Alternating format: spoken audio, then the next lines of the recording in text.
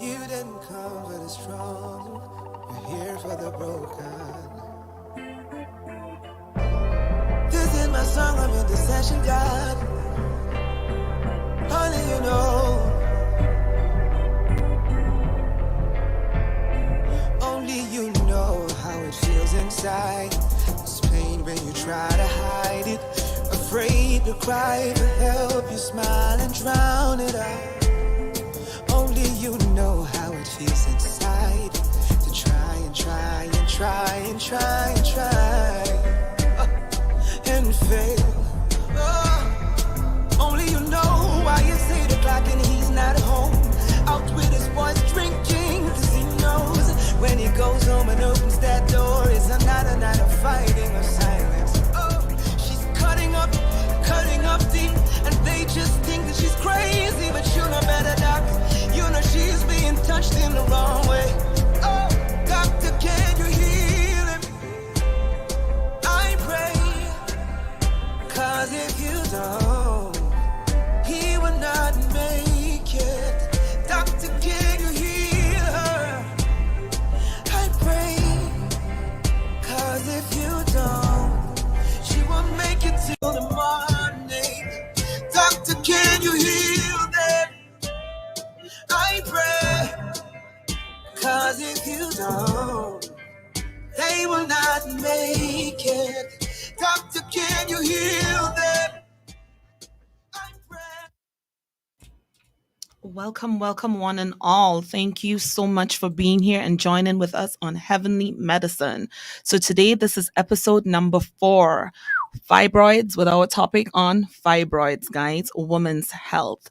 Okay, so I'm just saying a good evening to all our viewers and our listeners on Hope FM 103.1 Grenada. Again, I am your host, Dr. Zayniah Louison, and today we have a special guest with us. So I'm quite excited, guys, because we are now moving into the meat of the matter. Okay, so I'd like to welcome our special guest that we have today. Okay, welcome, welcome, welcome, Dr. Janelle Harford. How are you? I'm doing fine, thank you. How are you? I'm okay. All right. So how was everything? You were able to complete everything today? Sort of. Still getting there, but I'm just happy that I'm able to make it on time. Wonderful. Okay. So, guys, I'll just like to introduce my very good friend to you. Okay. So, this is Dr. Janelle Harford, born and bred in Grenada.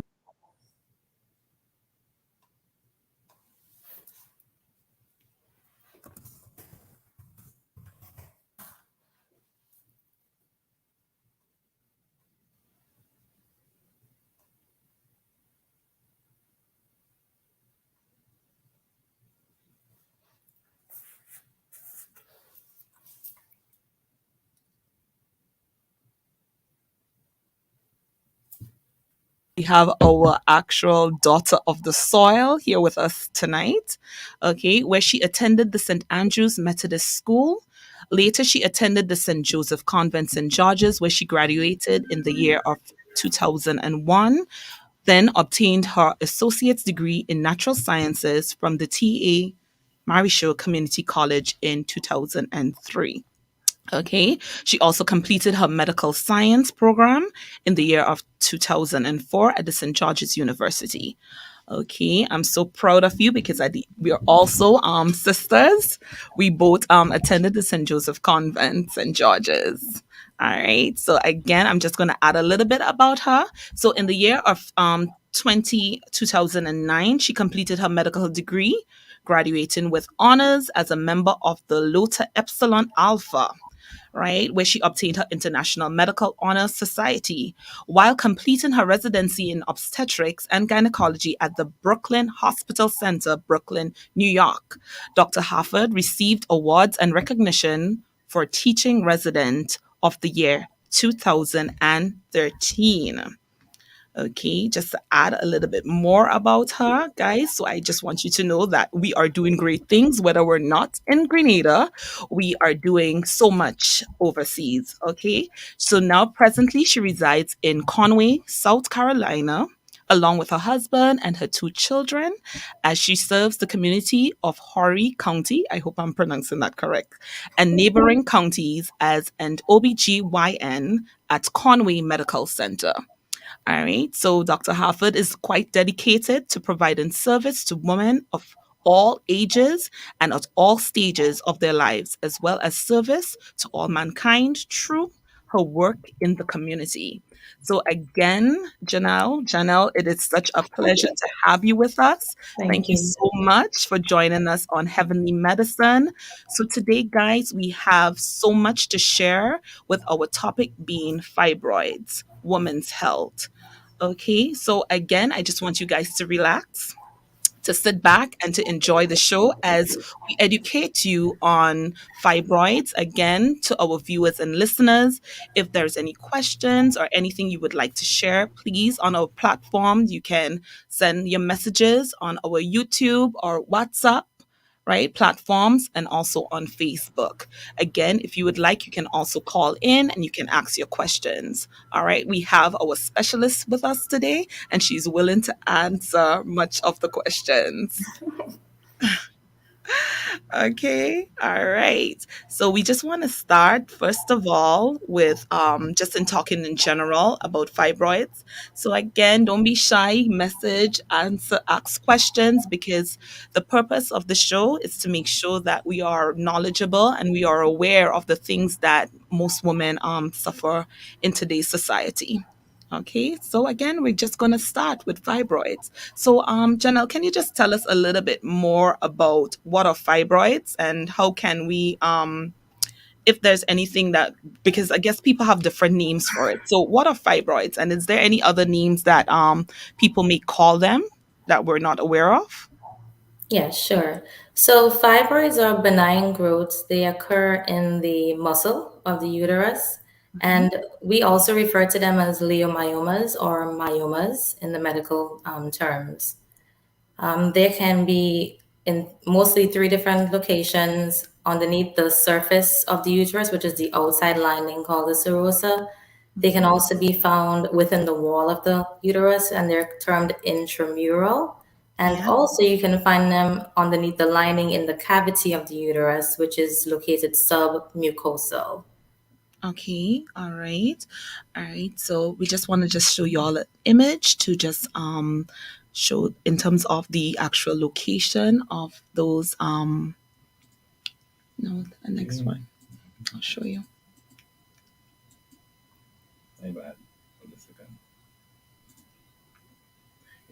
Come down. Yes, the previous slide, yes. Okay, all right. So doctor, can you just amplify a little bit more about the locations again so that our viewers can have a better Sure. understanding? Thank So you. you have the subserosal fibroid, which is located on the outside of the uterus. This one in particular here just distorts the shape of the uterus, but they can also present as pedunculated with a small stalk and extending on the outside of the uterus.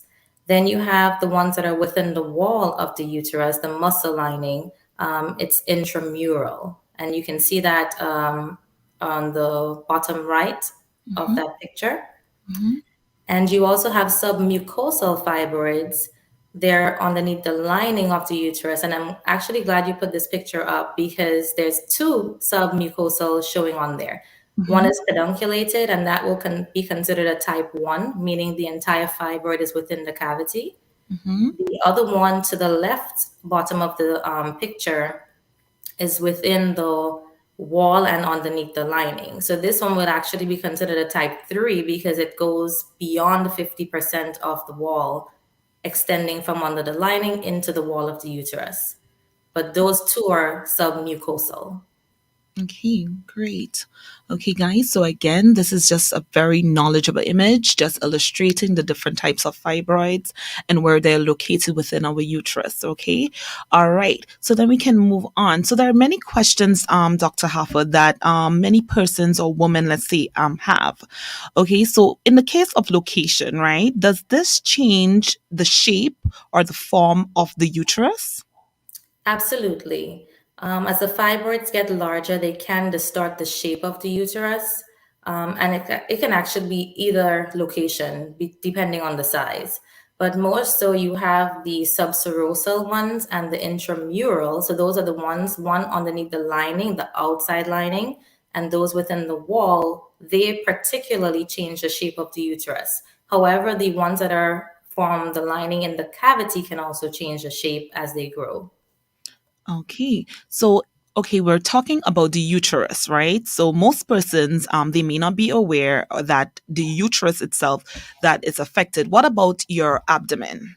So we're saying the uterus, okay, but does it affect the shape or the size of your abdomen as a woman? Yes, it can. As the uterus enlarges, that is also reflected in the abdominal girth or the size of your abdomen increasing. Mhm. In fact, the larger your uterus, you do have pressure symptoms related to the fiber. They're called bulk related symptoms that a Mhm. patient may present with. So, enlarging abdomen is one. Also, that might exert pressure on your bowel. You can have constipation. The bladder also sits right in front of your uterus, and an enlarged fibroid uterus can cause urinary symptoms. And these may include frequency of urination, or you may even have difficulty emptying your bladder altogether. So, yes, you have increase in your abdomen and also pressure symptoms regarding the enlarged uterus in nearby surrounding organs. Okay. All right. So who can be affected by fibroids? Typically, you find fibroids in reproductive age women, but it can honestly affect women of all ages. We very rarely see it in prepubertal girls, but an adolescent is very rare also. The most common age range is about age 30 to 40. And honestly, by the time you get to menopause, which is an average age of 50, 51, about 70% of women will be diagnosed with fibroids. Some may have symptoms, some may not.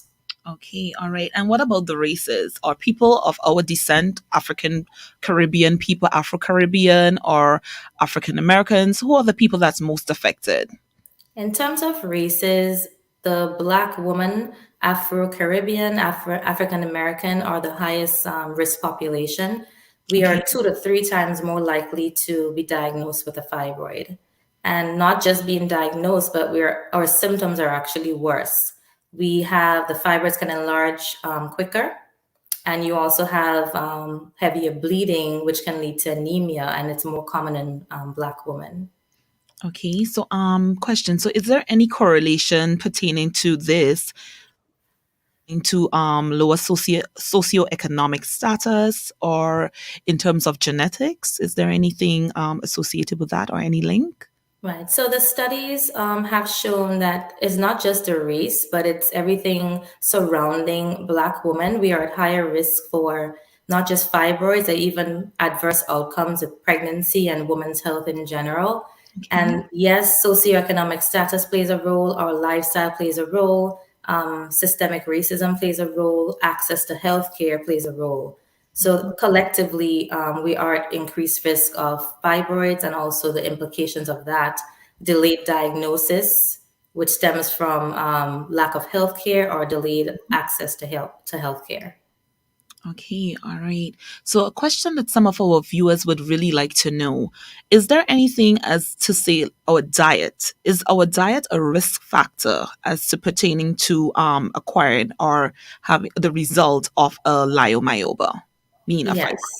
Yes, it definitely can increase your risk. And in terms of diet, red meat, beef, ham, those are some of the things that can increase your risk of fibroids. Also, vitamin D deficiency, and that goes back to the Black woman population because we have a higher deposit of melanin in our skin, and that Mhm. in itself leads to lower the synthesis of vitamin D. Now, Okay. vitamin D comes from sunlight. Hmm. And if you're not synthesizing that vitamin D because of the amount of melanin in our skin, we are, deficient, and that does increase your risk of fibroids. So, the red meat, beef, ham, vitamin D deficiency, also alcohol consumption Hmm. increases your risk of fibroids as well. Okay, so guys, just listening, I'm guessing if we're concerned about fibroids or you are affected by fibroids, as the doctor just said, we definitely will want to decrease on that Christmas ham. Okay, all Everything in right. moderation. Everything in moderation, yes. And also, with, as she just mentioned, alcohol consumption. All right. Just a question. What about when we say medically, we use the term nulliparity. So, what about women that have no children or haven't had a children haven't had a child as yet? Okay, in terms of their risk factors, Yeah. okay. So the studies have shown that the younger you are when you have your first child, you're at higher risk. Okay. The older you are at your first child, your risk is lower. Um, Okay. Hmm. and also, the longer interval you have from your first child to the next child also increases your risk of fibroids. And just speaking in terms of risk as well, the earlier you start having periods, Yeah. especially if it's less than 10 years old, you're at higher risk of having fibroids also. Okay, all right, good. All right, so what are some of the most common symptoms you would see as with a woman having fibroids? What are some of the most common symptoms? So, most patients who are symptomatic will present with a change in their menstrual cycle, Hmm. whether it's heavier bleeding or prolonged cycles. They may also complain of bleeding at irregular times during their cycle. So, that's the most common. But you also have patients who present with pain during intercourse, just that Hmm. lower back pain, Yeah. pelvic pain, Mhm. in general, problems like I mentioned before, constipation, their abdomen is getting bigger, problems with their urine. Um, those are usually the most common complaints.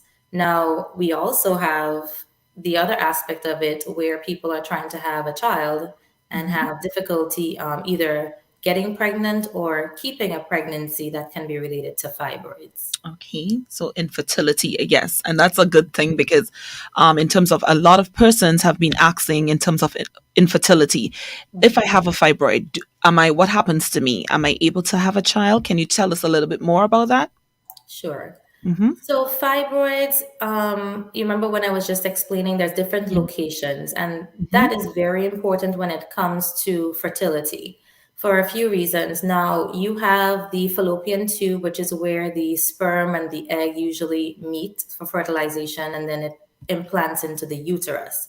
If you have fibroids, especially the ones located under the lining of your cavity, so that's the endometrial lining, these ones can have implications for implantation, for fertility, and also increase your risk of miscarriages. Mm-hmm. So I don't want to say, that because you have a fibroid, you're not able to get pregnant. However, it does increase your risk of miscarriages. Okay. Also, with the obstetric component, patients who do have fibroids tend to have problems with the pregnancy or complications that can possibly happen if they do become pregnant. And these include placental abruption. Mm-hmm. And what that is premature separation of the placenta in utero, which becomes an emergency. The patient has bleeding. That also affects the oxygenation to the fetus, so the fetus can have effects as well. You also have malpresentation because if you have a fibroid in the uterus, that cavity may not be the normal shape, and the fetus does not have enough time or room to rotate into the right position for a vaginal delivery. So you may have breech presentations or transverse lie of the baby. Mm-hmm. Okay. Also, speaking of fibroids with pregnancy, you can have growth restriction. And Yes. what that Mm-hmm. is, the fibroid prevents the cavity from expanding as it normally should. So the baby does not have as much room to grow. And Okay. that in itself leads to a smaller baby. And you also have the increased risk of preterm labor, which can lead to preterm delivery and a premature infant. Okay. All right. Okay. So there we have it as pertaining to infertility. Okay, because it is a great concern among many women who are suffering with fibroids. Another thing that they will say there's a lot of taboos as pertaining to the procedure of a myomectomy when treating a fibroid. Is there anything, can you tell our viewers or listeners anything as pertaining to a myomectomy, what it is, and does myomectomy increase your risk of infertility? Okay. Myomectomy is the removal of the fibroid. So Mhm. your uterus will remain in place, and incisions are made on the uterus to remove just the fibroids. Now, the fibroids that are located on the outside, underneath the lining, which is the serosal, subserosal fibroids, Yeah. and the one that are within the wall of the uterus, the myometrium, those are generally pose less risk of disturbing your endometrial lining. The ones that are submucosal, that are under the lining inside of the cavity, however, we have to be very close attention to those when we're performing a myomectomy, just Yeah. because that lining can possibly be disturbed. Now, in my practice, if we are performing a myomectomy, especially trying to preserve someone's fertility, we actually place a Foley catheter. This is just a Mhm. tube that goes into the uterus, and a Mhm. small balloon is blown up at the tip of it that fills the cavity.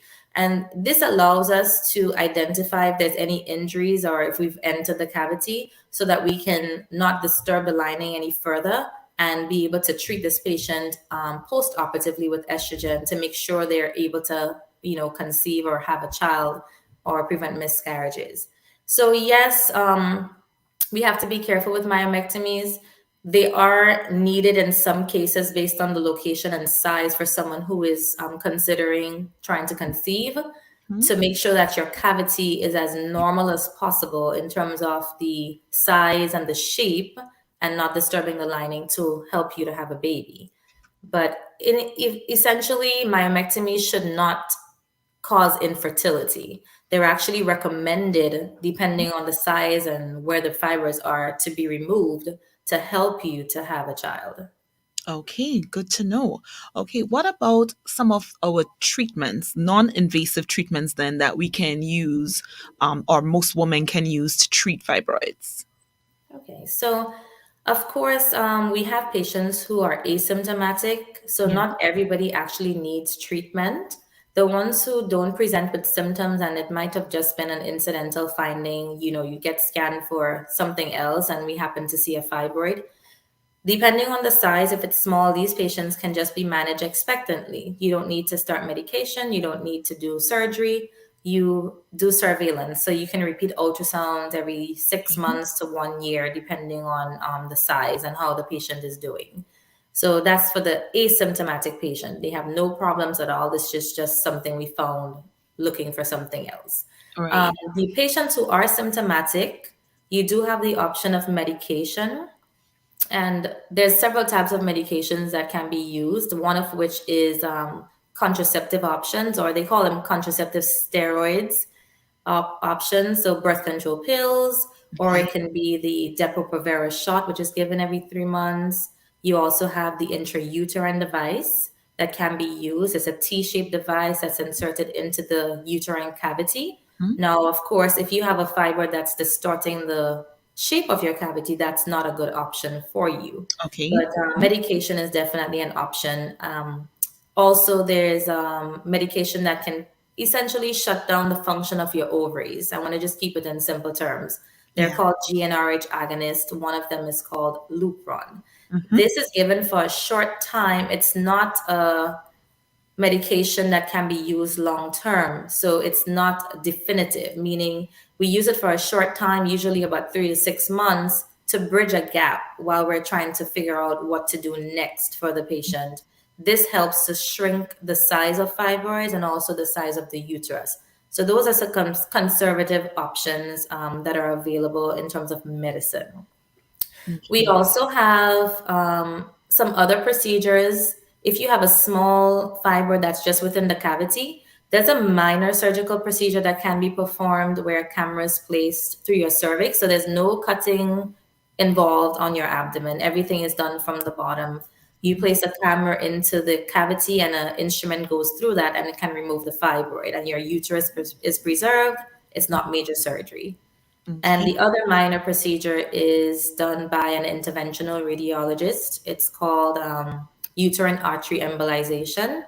Now, this is not an option for patients who are considering conceiving or conception in the future because it blocks the arteries that are feeding your uterus. And therefore, that vascular or the blood supply can be compromised. So, you don't want to do this if you're considering trying to conceive in the future. But those are some conservative options to avoid surgery. Okay, all right. So, doctor, again, I'm just based on our viewers and listeners, right? So, some persons are concerned about alcohol consumption. So, question: in what way can alcohol consumption increase the probability of having a fibroid?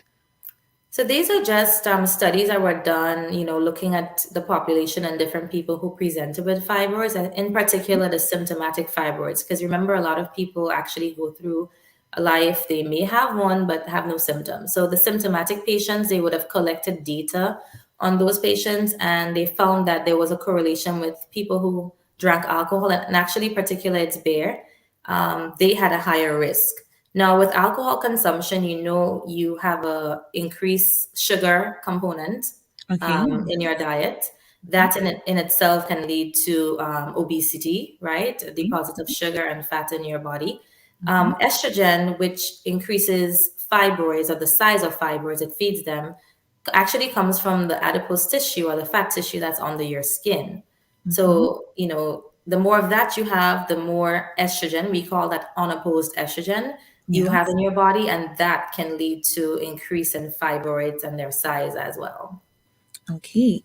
Another question we had, for instance, if your mom has fibroids, your sister has fibroids, is there an increased probability that you would have fibroids? So there's not a strong genetic correlation, meaning there's a specific gene that's passed on. Okay. However, we have seen in families where there are people who have fibroids, like a mother, an aunt, grandmother, and somebody down the line may present with similar symptoms. We have seen that. Okay, so when looking at the fibroid itself and as a mass, what can we say it really is? Because many women who would have said, okay, I've done a myomectomy, I wasn't able to see exactly what it is.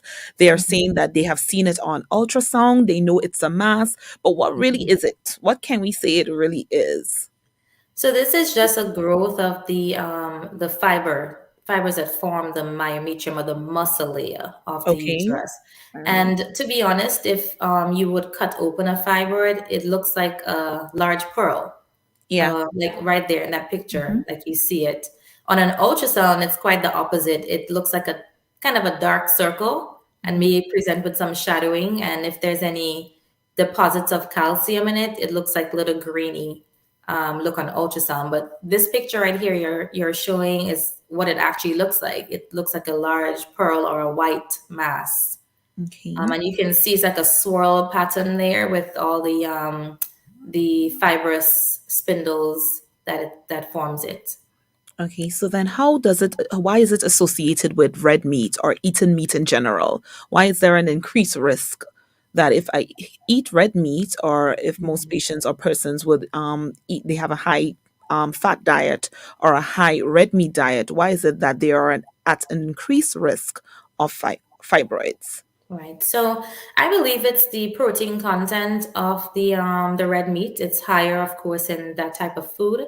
And Mhm. this fibroid is related to muscle, which is protein. That's what builds our muscles. So that's most likely why there's a correlation with the red meat, beef, ham, and so in your diet with fibroids.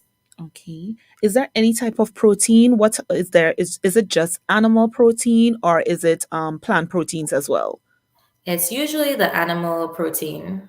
Okay. So is there any specific diet or any type of foods that you would suggest that could be healthy for women who are suffering with fibroids? Sure. So, in general, of course, avoiding the red meat, avoiding alcohol. And it's also shown that if you increase vegetables, green vegetables in particular, as well as citrus fruits, they have been shown to decrease your risk of fibroids. So, green vegetables and fruits, especially citrus products. Okay. All right. So based on what you just you said a while ago in terms of Black women and having that deficiency, vitamin D deficiency, would you suggest actually adding a vitamin D supplement to your diet? Will that help in preventing the formation of fibroids? So it is multifactorial, Mm-hmm. but of course we have to do whatever we can to decrease our risk. So definitely I would recommend that. In fact, we actually test all of our pregnant patients for vitamin D deficiency, and it's quite a high number, percentage of them who are vitamin D deficient. So yes, I would recommend getting tested for your vitamin D levels with your primary care physician, or your OBGYN can do that as well. And if in fact it is low, a vitamin D supplement can help decrease the risk for fibroids. Okay, so I'm just gonna ask, just bring out a scenario here. So, what if we have a 19-year-old female? She's having abdominal bleeding. It's abnormal. It comes and goes. Her periods are irregular. She's having a lot of excruciating pain, right? She comes into the to your office, right? What is the first thing you will do in terms of assessing this patient with with a suspicion that it might be fibroids? Okay.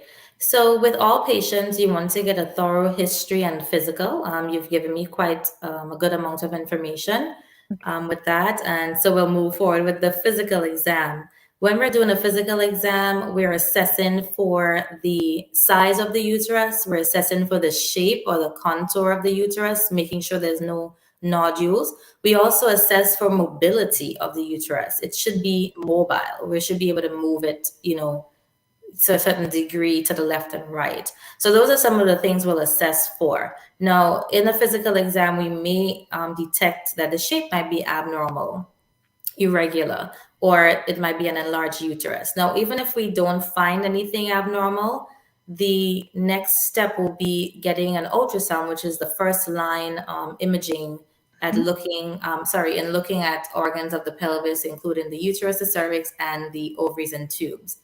So that's one thing that we would recommend that she has done as a first line. And depending on what we see on there, then we may do further studies.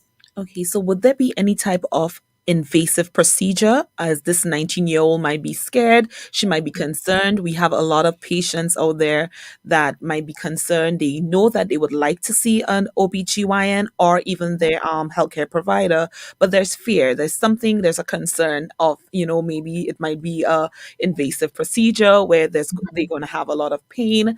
What can you say to the public or the viewers to calm that kind of concern as to what would they really expect when they visit their physician?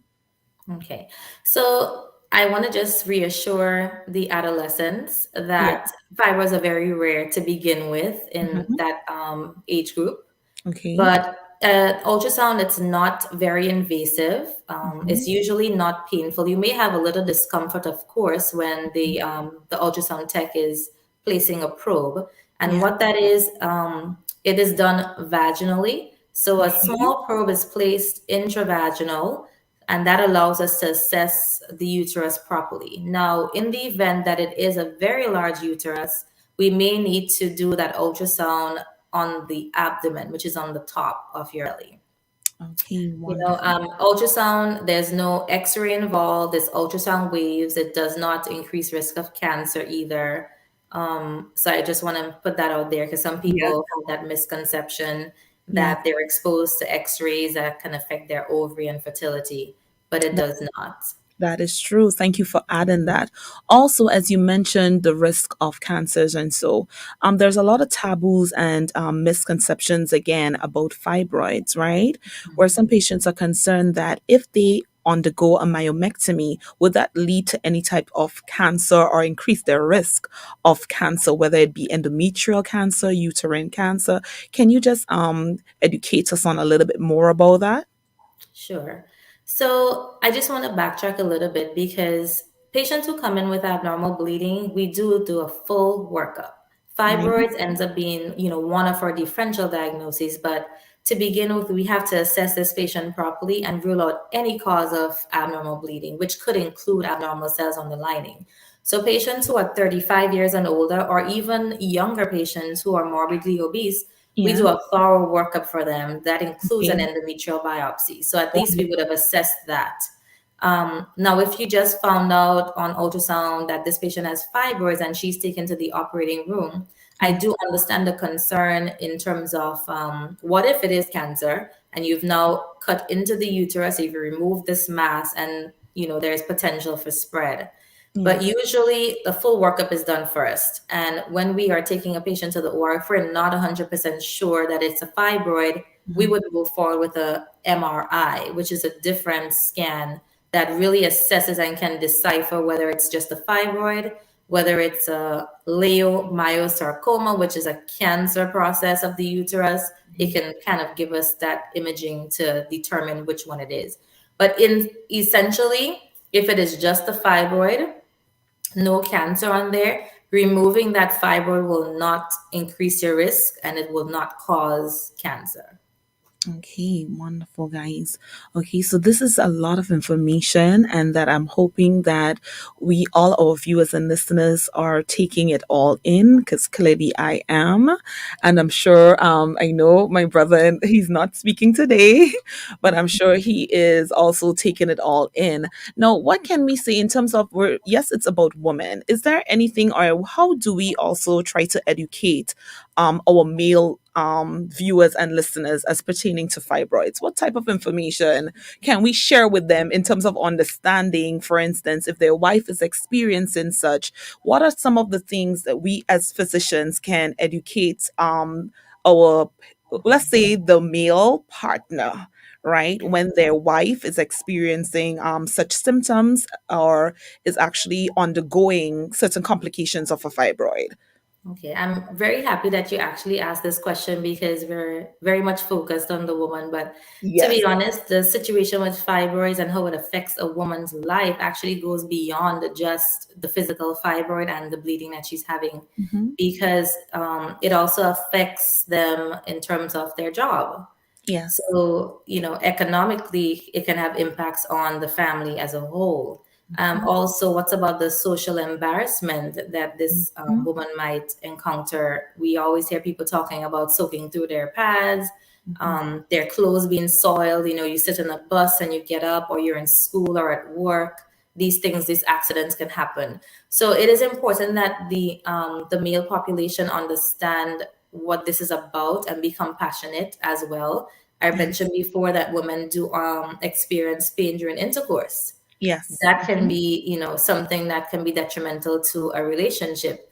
Correct. So I Mhm. really urge men to be understanding, if your partner, your wife, your girlfriend does express concerns of how she feels, go with her through this process. Also, including fibroids and infertility. That is Mhm. a very, very emotional and sensitive topic for a lot of women who are going through it. And sometimes their partners don't understand it. They may have children before as well too, and this new partner, their woman, does not have child. Mhm. So I really encourage them to be compassionate, be understanding. It can be very emotional. We have patients who need counseling. We Mhm. have to take into the aspect of everything, their stresses, social stresses that they may undergo going through this process. Wonderful. I'm just enjoying this topic because it seemed like there's just a nice tie in here from our last episode, as we also mentioned with the woman with the issue of blood. Because as we were mentioning that we as okay, the scripture did not specify as to what was her condition, but we did bring up chances are it could be any one of those. So I'm really happy that we're tying in fibroids today so that persons can really understand that you will have that abnormal bleeding, you would have that change in cycle, right? There are different issues that are going to affect her, whether it's going to be emotional issues, physical issues, right, financial issues, right? And I'm really happy that you brought that up, Janelle. I'm really happy that you brought that up. And again, for the men population to understand that it's a very sensitive area, it's a very sensitive topic, and support is really needed. Okay. Absolutely. I'm really, really happy that you're able to bring that up. Now, okay, so in our society in Grenada, right, is there anything that you can encourage women? For instance, there are many people who believe that if they undergo the surgery, there's a fear, right, among a large population of women in undergoing the myomectomy. Okay, one of their greatest fear is infertility, right? And based on what you have said, you have basically gave us the knowledge, right? And with accuracy that chances are based on the location of the fibroid, this would not decrease your chance of having a child, but it actually will increase the probability of having a child.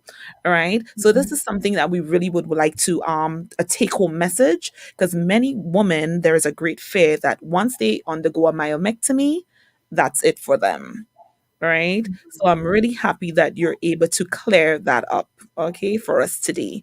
Okay, what about painkillers and other things that, in terms of the pain and experience, and what are some of the things that you think we can use? Yes. So the pain medication that works best for the uterus and also helps with the bleeding is non-steroidal anti-inflammatory drugs, and these include our brand name Motrin or Okay, generic ibuprofen. We okay, actually have another one that I give to my patients because not everybody wants hormone medication. So right. tranexamic acid is also another drug that's used. It's not one of the NSAIDs. It's Mhm. actually a drug that stops the breakdown of fibrin. So it really helps with heavy bleeding. Okay. So this drug is actually very good for a patient, for instance, who wants to have a child Hmm. and does not want to be on a hormonal option because it prevents pregnancy. So it's Okay. actually only used during your cycles for a maximum of 5 days. So this patient will only be on that medication if she's on her period. And the rest of the month, she won't be on anything. So in the event that she does get pregnant, she Hmm. won't be on any medication. And she won't be taking any contraception that will stop her from becoming pregnant. So Okay. those are some of the options that we use. Of course, Tylenol is an option. We have over the counter Midol, Pamprin. Those are some of the things our patients use as well for pain with related to periods and fibroids. Okay, great. So when is it a hysterectomy our result? When does it reach to a hysterectomy? So I always counsel my patients, hysterectomy is a definitive surgery. You Mhm. remove that uterus with the fibroids, you will not have the option of carrying a child yourself. Okay. You'll still have ovaries, so your eggs are still available depending on your age, but you would not be able to carry a child yourself. So that is something that I really stress to my patients to make Mhm. sure that they come to terms with that if they choose to go with a hysterectomy. But in terms of patients who really do need a hysterectomy, number one, they have completed childbearing, Yes. looking for, thinking of having another child. Mhm. Two, they have a very enlarged uterus, or even if it's not enlarged, they're very symptomatic. So, meaning they may have anemia from the heavy periods. A lot of them require multiple transfusions, whether it's blood transfusion, Yeah. iron transfusion, being on iron pills, Yeah. having the symptoms of anemia. Mhm. And other symptoms, including pressure symptoms as well, because a lot of patients have severe pelvic pain, Mhm. including pressing of the nerves. It can compress the nerves and lead to sciatic nerve pain down their legs. They can't walk properly. There's all these other, symptoms related to fibroids. So it Mhm. all depends on the patient, their symptoms. You look at them collectively as a whole to Nice. see which one will benefit them. Because, of course, surgery is not the only option. You have other options you can try first. It's usually a last resort for Mhm. patients that medications don't work, the conservative options don't work, and they have ongoing problems with the fibroids. Okay, well said, doctor. Okay, so we have a question from Mrs. Sabazan. Okay, hi, good night. So her question is, what causes the prolonged or heavy bleeding? And can a fibroid Mhm. patient with such symptoms experience fainting and other complications like diabetes, low blood pressure, etc.? Okay. So fibroids in a uterus, the uterus itself has an increased vascularity. You have more blood vessels go into that uterus. So that in Mhm. itself would increase how much blood is there and how much bleeding you'll have. Yes. Also, fibroids prevent the uterus from contracting properly when you have a cycle. The contraction of the uterus, remember it's a muscle, so it can contract. That contraction is needed to prevent you from bleeding too much. So those are the two main reasons or implications of having fibroids that can lead to heavy periods. So one, higher vascularity or increased blood supply to that fibroid uterus, and Mhm. two, the uterus does not contract as well. Now, in terms of the blood pressure, absolutely. Mhm. Patients who have heavy periods or prolonged cycles, they present to the office complaining of dizziness. They're weak, they're sometimes short of breath, they have an increased heart rate, all the symptoms of blood loss or Okay. anemia. Mhm. So definitely it can lead to blood pressure issues being on the lower side and of course feeling faintish. Some of them even pass out. And that's how they know their blood count is very low when they end up in the emergency room. So definitely it's something to pay, very close attention to. It is serious if you're having very long and prolonged cycles, to definitely seek help and evaluation and find out what the real, underlying reason is. Okay. All right. All right. That was well said. Okay, so we have another question, right, from one of our viewers. Okay, Mhm. the question goes, how can, okay, so I guess it's pertaining to a husband, all right? So it's, how can a husband help to make his wife condition easier to deal with? How can he help monitor his wife's health? Example, if she is experiencing heavy hemorrhaging, what should he be looking for to keep her safe? Wow, that's a nice husband. He's really Yes. concerned. I love that. Yes. So some of the things you look for, how often she's changing pads. I'm not sure, how open that relationship is and how, much she would share with her husband, but Mhm. definitely we tell you bleeding where you're changing, whether it's a pad or a tampon every 1 to 2 hours, passing large clots, that's definitely, heavy bleeding that you need to seek attention for immediately, whether it's to the emergency room or if you can get an appointment that same day with your GYN. So that's one way to assess how much bleeding she's having. Also, a patient who has significant blood loss will feel dizzy. She may Yes. look pale, like their eyes will be pale. Mhm. You might notice sometimes they become diaphoretic, they sweaty, Yes. like Yes. we Yes. say cold sweat, Yes. to keep it simple. Yeah. That can happen. Also, she might have increased heart rate or she's feeling really fatigued, very sleepy all the time, no energy. So those are some of the things that a husband or family member can see, that something is serious and something is not looking right with your wife, and she will definitely need to seek attention.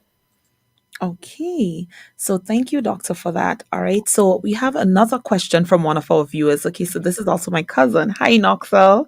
So her question goes, okay, does having surgery cause most fibroids to grow? And we also have another viewer asking if you undergo a surgery, which I'm sure it's a myomectomy, or what are the chances of that fibroid reoccurring? Okay, that's a very, very good question. Actually, a lot of patients ask that. So once you remove a fibroid, it does not regrow. However, new fibroids can form. So once that fibroid is removed, it Mhm. would not regrow. It's Oh, removed and it's yes. However, remember you still have that uterus, you yes. still have that muscle, so new ones can form. And that is why, for instance, patients who are very symptomatic and who have completed childbearing, I also explain that to them. Because, yes, for instance, I'll just throw an age out there, a 48-year-old or a 49-year-old Mhm. who's, close to menopause age of 50, 51. Mhm. I would not recommend a myomectomy for a patient like that, especially if they've completed childbearing. They know for sure they don't want any more children. And this is for the very same reason, because you undergo major surgery, you have the removal of the fibroid, which actually has more blood loss than a hysterectomy. Mhm. And a few years later down the line, you may have a new one forming. Okay. So if you're 100% sure you don't want any more children, the safer procedure to do will be removing the uterus, so that way you don't have any chances of a new fibroid forming. But to answer their question, no, it does not regrow, but new ones can form. Right. And sometimes not only, again, also I think they are so tiny. Sometimes they're so tiny that sometimes the ultrasounds themselves do not pick them up. So it's with Absolutely. years and years of if you're not keeping a good diet, you're still eating that high protein diet, high protein, high fat diet, high red meat diet, it will reoccur because again, it's building up on that smooth muscle and it's just going to increase in size. So what Absolutely. happens, it's not picked up at the time, maybe when you were doing the myomectomy with maybe the six major ones, but then it will grow, the little pearl ones will actually grow and get bigger and bigger with time. Yes, Yeah. and just to add to that Yeah. point, of not detecting every single one on ultrasound, the same applies to when you're actually performing the surgery. Yeah. Because remember, Yeah. we're trying to minimize how many times you cut into the uterus. So Mhm. the least amount of incisions or cuts you can put on a uterus to remove fibroids, it's better, less blood loss. So we're actually not combing through or looking through the entire myometrium or the entire wall of your uterus. So definitely small ones like our pea size, Yeah. very small, Really can small. get missed Yeah. because we're not cutting through the entire wall. And those will remain and can possibly enlarge over time. Correct. Yeah. Very true. Okay.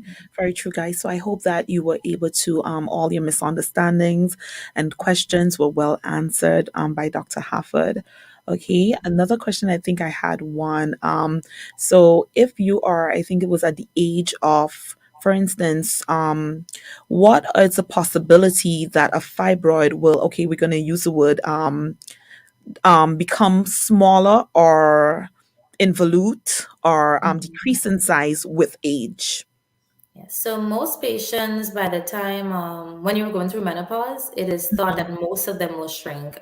Keep in mind, not all will shrink, Hmm. but because at menopause your ovaries are not functioning as they would have before, meaning you have less secretion of estrogen or the steroid hormones, and those feed fibroids. So the more estrogen you have in your body, the larger the potential for that fibroid to grow.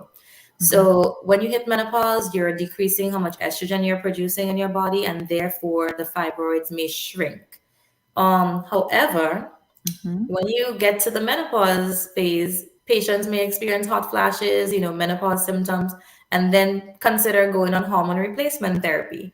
So for those patients who had a fibroid and they're now postmenopausal, so you're not having any periods anymore, but you have menopause symptoms and decide to start hormone replacement therapy, Hmm. they may still experience problems with fibroids because they're taking that hormones, whether it's via a pill, That's whether right. it's a patch, they're Yes. getting hormones, and they may end up going back to experiencing irregular bleeding or enlarging fibroids from Excellent taking hormone point. replacement. Okay, so when this do occur, it's just discontinued, right? Yes. Okay, all right. Okay, so we have a question here, and this is a very good question because many persons or patients are not clear as to why they have to do a pap smear, right? So the question is, would a pap smear help in early detection of fibroids? Okay. So pap smears actually assess your cervix and not your uterus. It's used for cervical cancer screening. So it's a completely separate thing. Now, however, there is still a little link to it, a little twist there, because people who come in with abnormal bleeding, Yeah. they're assessed with a pap smear as well, because bleeding can come either from the uterus or abnormal cells on your cervix. So the Mhm. entire workup is, full workup is needed. But Yeah. in this instance, in this question, the pap smear is not related to a fibroid. So no, the pap smear would not detect a fibroid. It Mhm. checks for abnormal cells or the HPV virus related to cervical cancer, which is what you can actually see when you do a vaginal exam. When you place that, people call it a clamp, Mhm. the speculum, that's Speculum. what you Yeah. see. Yes, Yeah. your cervix. But fibroids are inside of the uterus.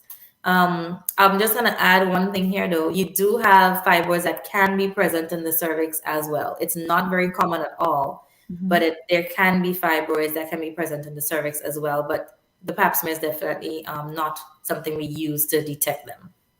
Okay. All right. So a good question. Is there a correlation between fibroids and endometriosis? Okay. So I'll start off with explaining what endometriosis is Fine. first. Um, Okay. so These ladies are hot endometriosis, tonight. Nervous.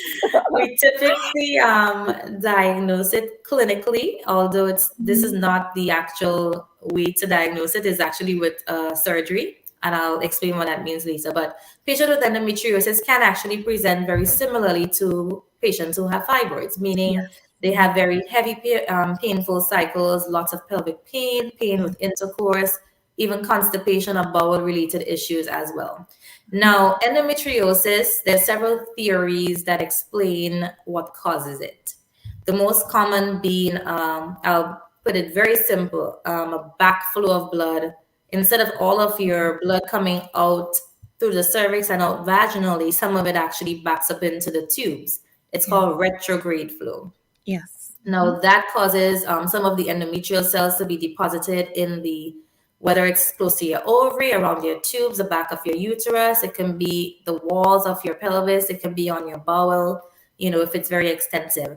And that causes that severe pain and the period issues that patients have. Now, fibroids is different. Mhm. You may have two things going on at once, but the fibroid in Yes. itself shouldn't cause endometriosis, but it can lead to worsening of it because, Yeah. of course, the more you bleed, Mhm. the higher your chances of more of the blood backing up into the tubes and leading to endometriosis. Mhm. So, to treat endometriosis, you want to at least stop your bleeding or decrease your flow with your cycles, and several things are used for that, whether it's contraceptive options, birth control options, ablations, which is burning of the lining of the uterus, whatever you can to pretty much either stop your periods Mhm. or slow down the flow can help Yes. endometriosis. But it's two different conditions.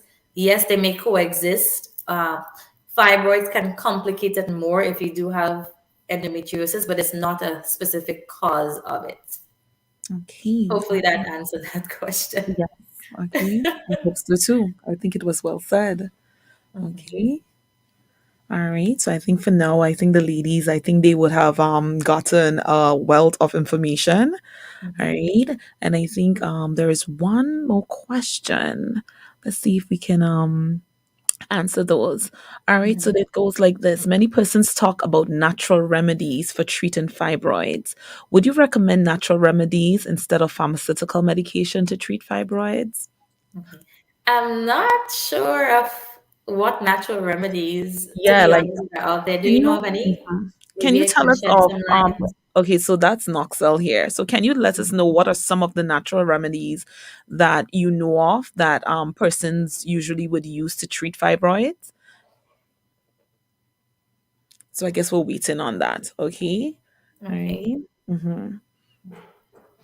While we're Okay, so waiting, a very important point that I forgot to mention regarding myomectomy, and I think it's so important for people to understand what happens after, okay. especially with regards to fertility. Now, Yeah. whenever you have a myomectomy, you have to wait at least 6 months. Nice. Yeah. Ideally, it would be great if you can wait a year, but everybody's timeline is different. But at least 6 months before actively trying to conceive. This Mm-hmm. allows the incisions or the cuts that are made on your uterus time to Mm-hmm. heal. Yeah. Extremely, extremely important. Mm-hmm. If you get pregnant very soon after having a myomectomy, you are at increased risk of miscarriage. You're at increased risk of these cuts or incisions opening up to Yes. become pregnant. You're at increased risk of, placental abruption and early delivery as well. Yeah. So very important, 6 months. Now, the other thing that's extremely important too, as a society, and I think women as a whole, we all really want that vaginal delivery. I always explain to my patients, you want a safe delivery, a Yeah. baby to take home and a mom who's healthy and does well during the whole process also. So we would recommend, what's the safest to do. Now, with a myomectomy, unfortunately, a vaginal delivery is not an option. And the reason for that being your uterus cannot labor. You cannot undergo contractions Mm-hmm. to the point where you have to, go from being closed cervix all the way to being 10 centimeters for having a baby. Yeah, Because you're at very high risk of that uterus reopening, which becomes an emergency, not just for the mother, but also for the fetus. that is correct. So these patients are actually scheduled for a C-section, whether it's a primary section, meaning you've never gotten pregnant before, this is your first child, or repeat C-section. They're scheduled for that early as 36 to 37 weeks. So we don't even allow you that chance to get close to your due date to start having contractions because it's that important to prevent uterine rupture. Okay, so it definitely will be an elective cesarean section. Correct. All Yes. right. Okay. All right. Thank you, doctor, for that information. Okay, guys, so we are now tuning down. Okay, ladies, I hope that you were well informed as to what fibroids are, how fibroids present themselves, where they are located within the uterus, what are the treatments for fibroids, what are some of the surgical procedures or some of the non-surgical procedures. So I hope that we have clarified any misunderstandings, any type of taboos or beliefs. I hope now that we are well informed as to what fibroids are. And those of us that are either suffering with some of these, I hope that this program would have helped you and help inform you as to what are the procedures that you can take, what are your options, and that there is still hope. Because many times we have so much taboos out there, and it's just so good to just go to your private care physician, let them share with you the information that is out there so you can have a better understanding as to your health. Okay, so Dr. Janelle, we just want to thank you so much for spending this time with us on Heavenly Medicine. I'm just grateful to, to know you as my not just friend, not only friend, but also colleague. Yeah, and this is not going to be the last time that we are going to have you on the show, right? Because we know how important woman health is to us, especially as Afro Caribbean women, right? You have a wealth of information and we appreciate you so much. So we just Thank want to say you. thank you again for spending this time with us. All right, let Thank your you. kids know that we appreciate that time because I know this was mommy's time. That's okay. Thank Yeah. you. So let them know that we are grateful for your time and we appreciate you so much.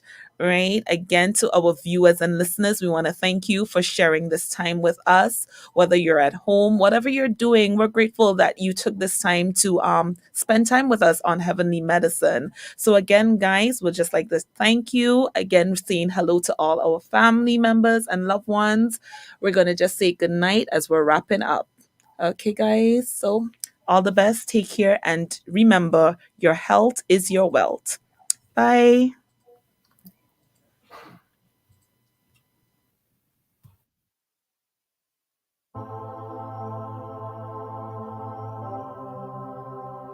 You didn't come for the strong, you're here for the broken. This is my song, I'm in the session, God. Only you know, only you know how it feels inside. This pain when you try to hide it, afraid to cry for help. You smile and drown it out. Only you know how it feels inside to try and try and try and try and try and fail. Oh. Only you know why you say the clock and he's not home.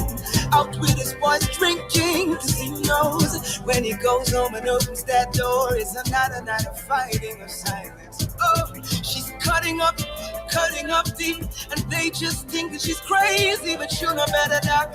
You know she's being touched in the wrong way. Oh, doctor, can you heal him?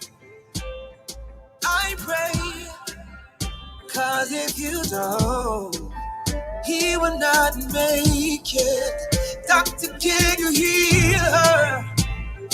I pray, 'cause if you don't, she won't make it till the morning. Doctor, can you heal them? I pray, 'cause if you don't, they will not make it. Doctor, can you heal them? I pray, 'cause if you don't, they won't see the morning. Oh, oh, oh, oh, oh, oh, oh. Only you know how she feels inside. These feelings she's trying to hide, that's for another girl. It's not supposed to be. Only you know she prayed and prayed. How much she is afraid to get the help she needs, that your blood can set her free. Oh, only you know he's going to church but losing hope, 'cause he's tired of repenting for the same things over and over. It's almost over for him. Only you know I'm surrounded by broken people, and they need a hero 'cause they can fix what's wrong on the inside. Your boy's here and deceiving. Doctor, can you heal her? I pray, 'cause if you don't, she's not gonna make it. Doctor, can you heal her? I pray, yeah. 'Cause if you don't, come on, no. Doctor, can you heal them? I pray, yeah. 'Cause if you don't, no. Doctor, can you heal them? I pray, 'cause if you don't, oh, they're not gonna make it.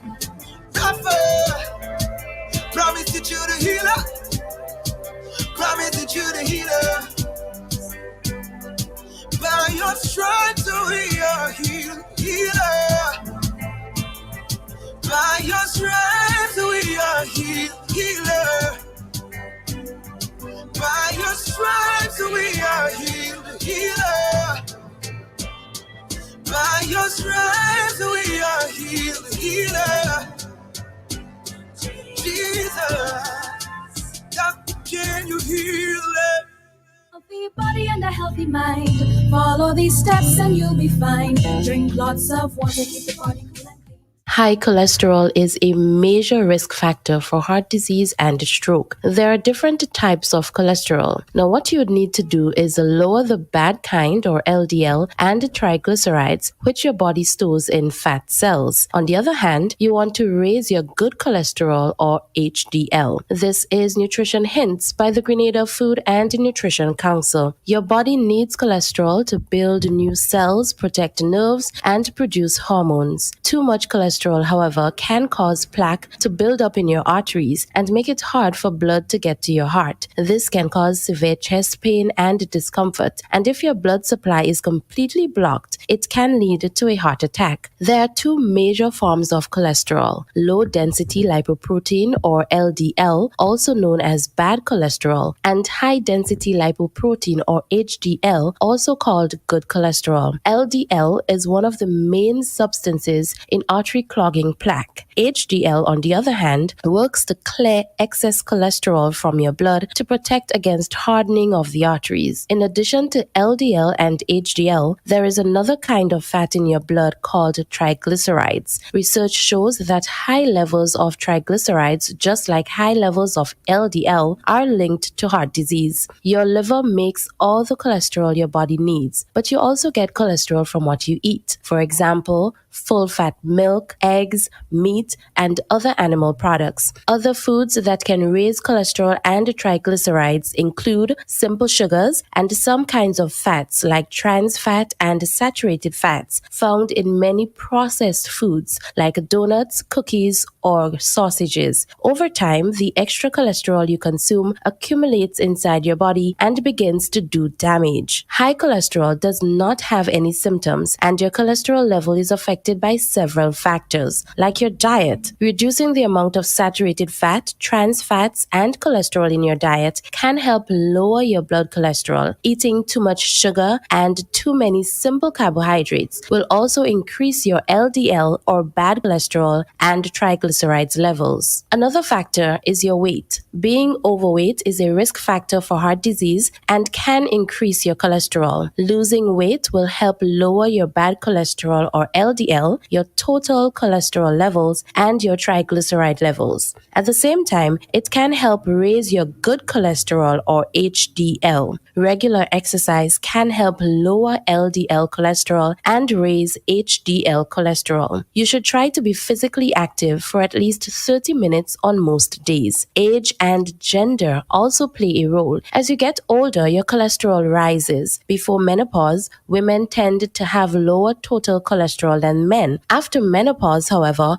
women's LDL or bad cholesterol levels tend to rise. Your genes can also partly determine how much cholesterol your body makes, as high blood cholesterol can also run in families. Until next time, the Grenada Food and Nutrition Council reminds you to eat, look, and feel well in 2021. I am Lishelle Murray. Vitamins and minerals.